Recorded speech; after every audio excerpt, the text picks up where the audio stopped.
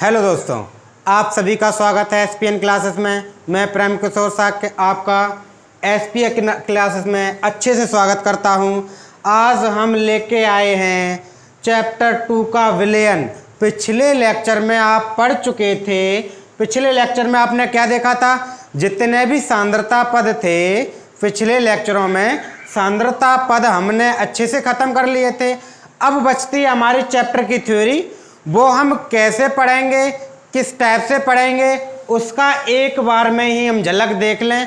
पूरे चैप्टर की थ्योरी किस टाइप से ख़त्म करेंगे, कैसे कैसे पॉइंट बाय पॉइंट ख़त्म करते चले आएंगे, वो चीज़ देखें। क्योंकि चैप्टर है विलयन, और विलयन यहाँ पे जो बात चलने वाली है वो चलने वाली है द्रवीय विलयन की। द्रवीय विलयन की पूरे चैप्टर में जो चर्चा आपकी चलने वाली है वो चर्चा किसकी है? द्रवीय विलयन की। इसका मतलब द्रवीय विलयन है, तो जिसके मिलाया जाएगा वो द्रव होगा। कहने का मतलब जो विलायक है आपका, विलायक जो आपका विलायक है, विलायक क्या होना चाहिए? द्रव। किस किस को मिलाया जाएगा? जिसको मिलाया जाता है वो क्या होता है? विलेय। और विलेय क्या हो सकती है? गैस भी हो सकती है, द्रव भी हो सकता है, और ठोस भी हो सकता है। तो हम विलायक तो आपको पता चल गया क्या है? द्रव, क्योंकि द्रवीय विलयन है तो विलायक तो पता है कि क्या है? द्रव। और विलेय किस किस को मिला सकते हैं? गैस को भी मिला सकते हैं, द्रव को भी मिला सकते हैं, और ठोस को भी मिला सकते हैं। तो हम इसके अनुसार 3 पार्टों में से बांट सकते हैं। 3 पार्टों में से बांट सकते हैं। कौन कौन सा पार्ट? पहले हम द्रव और गैस को मिलाएंगे। कौन सा पहले मिलाया जाएगा? गैस प्लस द्रव। गैस प्लस द्रव। उदाहरण के लिए उदाहरण देख लें। उदाहरण के लिए हम लेते हैं कार्बन डाइऑक्साइड, और प्लस द्रव ले लें जल, H2O। जब कार्बन डाइऑक्साइड और जल को मिलाते हैं तो आपका जो बन के तैयार होता है वो बन के तैयार होता है सोडा वाटर। सोडा वाटर गर्मियों में खूब अच्छे से पीते हैं हम तुम सोडा वाटर। तो क्या होता है? कार्बन डाइऑक्साइड और जल को जब मिलाया जाता है तो क्या बन के तैयार होता है? Soda water. और जब हम क्या करते हैं? द्रव प्लस द्रव। द्रव प्लस द्रव मतलब एल्कोहल और प्लस जल। एल्कोहल प्लस जल जब मिलाते हैं तो द्रव और द्रव मिलता है।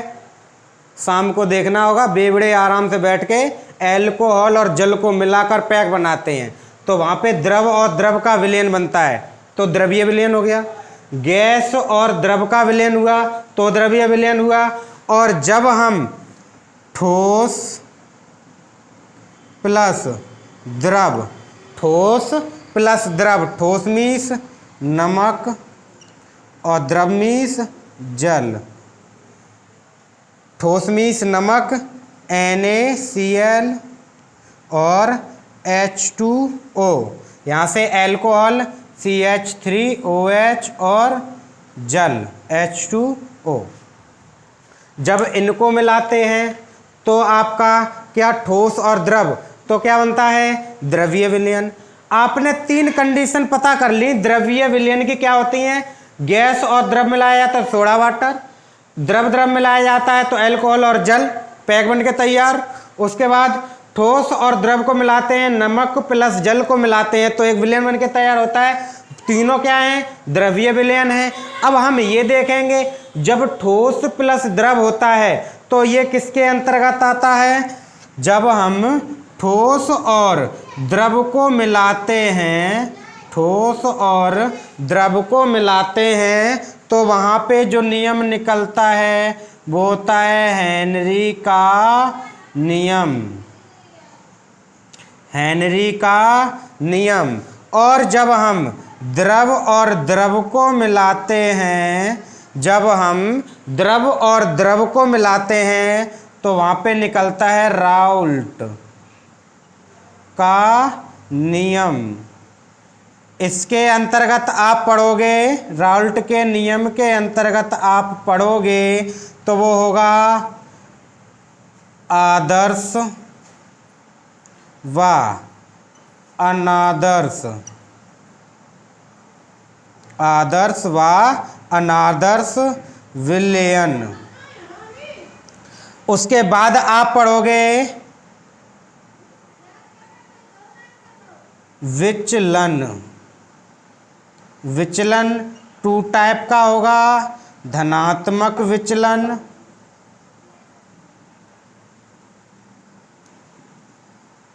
और ऋणात्मक विचलन। उसके बाद आप पढ़ोगे इसके बारे में स्थिर क्वाथी,